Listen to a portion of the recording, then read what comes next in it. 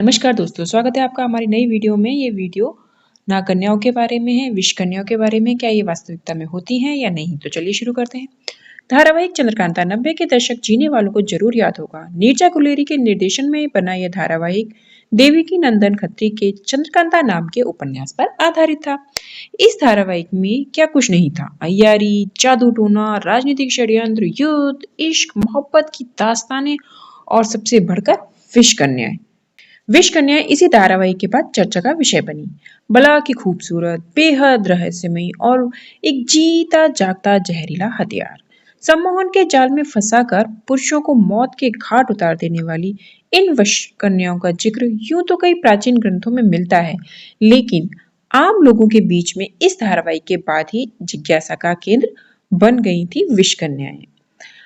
1888 में देवकी नंदन खत्री के उपन्यास चंद्रकांता संतति में कई जगह इसका जिक्र है। कहानीकार विवेक मिश्र बताते हैं कि चंद्रकांता संतति 13 खंडों में है। इस उपन्यास में विस्तार से बताया गया है कि विष कन्याएं कैसे बनती थीं। जिन कन्याओं का विष कन्या बनाने के लिए चयन किया जाता था, उन्हें बचपन से ही थोड़ी थोड़ी मात्रा में विष देना शुरू कर दिया जाता था। इनको बकायदा ट्रेनिंग दी जाती थी। चूंकि इनका इस्तेमाल राजनीतिक मकसद से किया जाता था, इसलिए इन्हें तहजीब, संगीत और नृत्य की शिक्षा भी दी जाती, ताकि शत्रु राजा या बड़े ओहदे पर बैठे पुरुष इनकी खूबसूरती और व्यवहार के जाल में फंस सके। इन्हें युद्ध कौशल में भी निपुण बनाया जाता था और हर तरह की छल विद्या भी सिखाई जाती। आयुर्वेद और शल्य चिकित्सा के सबसे प्राचीन संस्कृत ग्रंथ सुश्रुत संहिता में भी विष कन्याओं का जिक्र मिलता है। इस ग्रंथ की रचना 6ठी शताब्दी में काशी में जन्मे आचार्य सुश्रुत ने की थी। ग्रंथ में लिखा है, विष कन्या के चुंबन या इनके साथ संभोग करने से पुरुष के शरीर में जहर फैल जाता है। जूं आदि इनके शरीर पर तुरंत मर जाती है। ये इनकी पहचान है। कहा जाता है कि किसी कन्या को विष कन्या बनाने के लिए उसे भोजन में नमक नहीं दिया जाता था।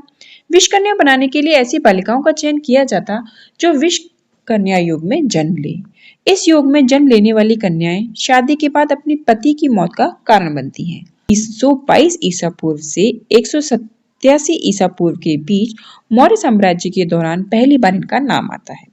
राजा चंद्रगुप्त मौर्य के सलाहकार और महान कूटनीतिज्ञ चाणक्य की लिखी किताब अर्थशास्त्र में बताया गया है कि कैसे विष कन्याओं का इस्तेमाल शक्तिशाली शत्रुओं को छल पूर्वक हत्या करने के लिए किया जाता था। कहा जाता है, चाणक्य ने कई बार महाराजा चंद्रगुप्त की विष कन्याओं से रक्षा की। संस्कृत के ऐतिहासिक नाटक मुद्रा राक्षस में भी विष कन्याओं की बात की गई है। इस नाटक की रचना विशाख दत्त ने की थी। नाटक के मुताबिक एक बार नंद वंश के सम्राट धनानंद ने चंद्रगुप्त के पास एक रूपवती स्त्री को भेजा।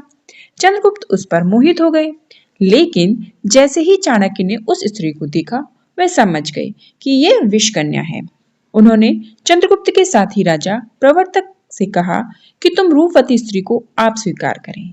राजा प्रवर्तक चंद्रगुप्त मौर्य की टक्कर का था। जैसे ही उसने विष कन्या को छुआ, विष कन्या के हाथ में लगे पसीने से प्रवर्तक के शरीर में जहर फैल गया और आखिरकार उसकी मृत्यु हो गई। इस घटना के बाद चाणक्य ने चंद्रगुप्त को विष कन्याओं के विष से बचने के लिए भोजन में थोड़ा थोड़ा जहर देना शुरू किया। धीरे धीरे विष की मात्रा बढ़ानी शुरू कर दी, ताकि राजा का शरीर इम्यून हो जाए और विष कन्या के विष उन पर कोई असर न हो। अब है विदेशों में भी किस तरह इन विष कन्याओं का खेल होता है, ये भी हम देखते हैं। मुद्रा राक्षस के अलावा 12वीं सदी में कथा सरित सागर में भी विष कन्या का अस्तित्व मिलता है। एक और संस्कृत ग्रंथ शुभ बाहु उत्तरी कथा की राजकन्या कामसुंदरी भी एक विष कन्या कही जाती है। इसी तरह हिंदू और पौराणिक धर्म ग्रंथ कल्कि पुराण में भी चित्रग्रीवा नाम के एक गंधर्व की पत्नी सुलोचना को विष कन्या बताया गया है। इन खूबसूरत और रहस्यमय किरदारों से विदेशी पन्ने भी भरे पड़े हैं। पार्शियन और ग्रीक वंश से ताल्लुक रखने वाले मिथ्रिडेट्स द ग्रेट पोर्ट्स साम्राज्य के बादशाह थे। उनके शरीर पर भी जहर का असर नहीं होता। उन्होंने खास अपने लिए 65 सामग्रियों को मिलाकर एक एंटीडोट तैयार किया था। कहा जाता है कि मिथ्रिडेट्स की मां उनके दूसरे भाई को राजगद्दी देना चाहती थी, इसलिए उन्हें मारने के लिए मां ने खाने में थोड़ा थोड़ा जहर देना शुरू किया।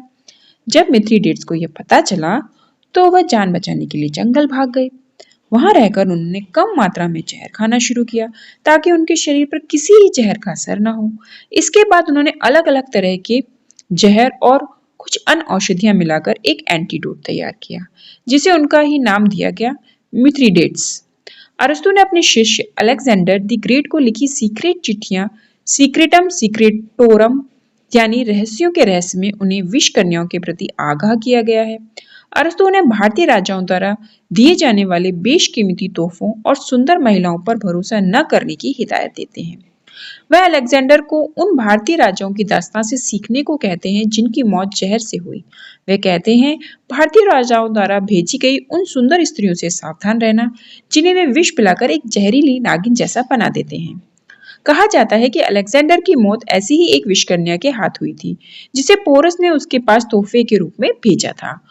पौराणिक धर्म ग्रंथों से होते हुए भारतीय और विदेशी साहित्य में शामिल हुई विषकन्याएं धीरे धीरे लोक कथाओं का हिस्सा बन गई, लेकिन एक ही साथ इतने सारे भारतीय और विदेशी ग्रंथों में इनकी भूमिका इनके अस्तित्व को लेकर सोचने पर मजबूर जरूर कर देती है। देखने के लिए धन्यवाद और प्लीज प्लीज लाइक जरूर करें, कमेंट करें आपको और किस तरह की स्टोरीज हिस्ट्री में पसंद है। देखने के लिए धन्यवाद।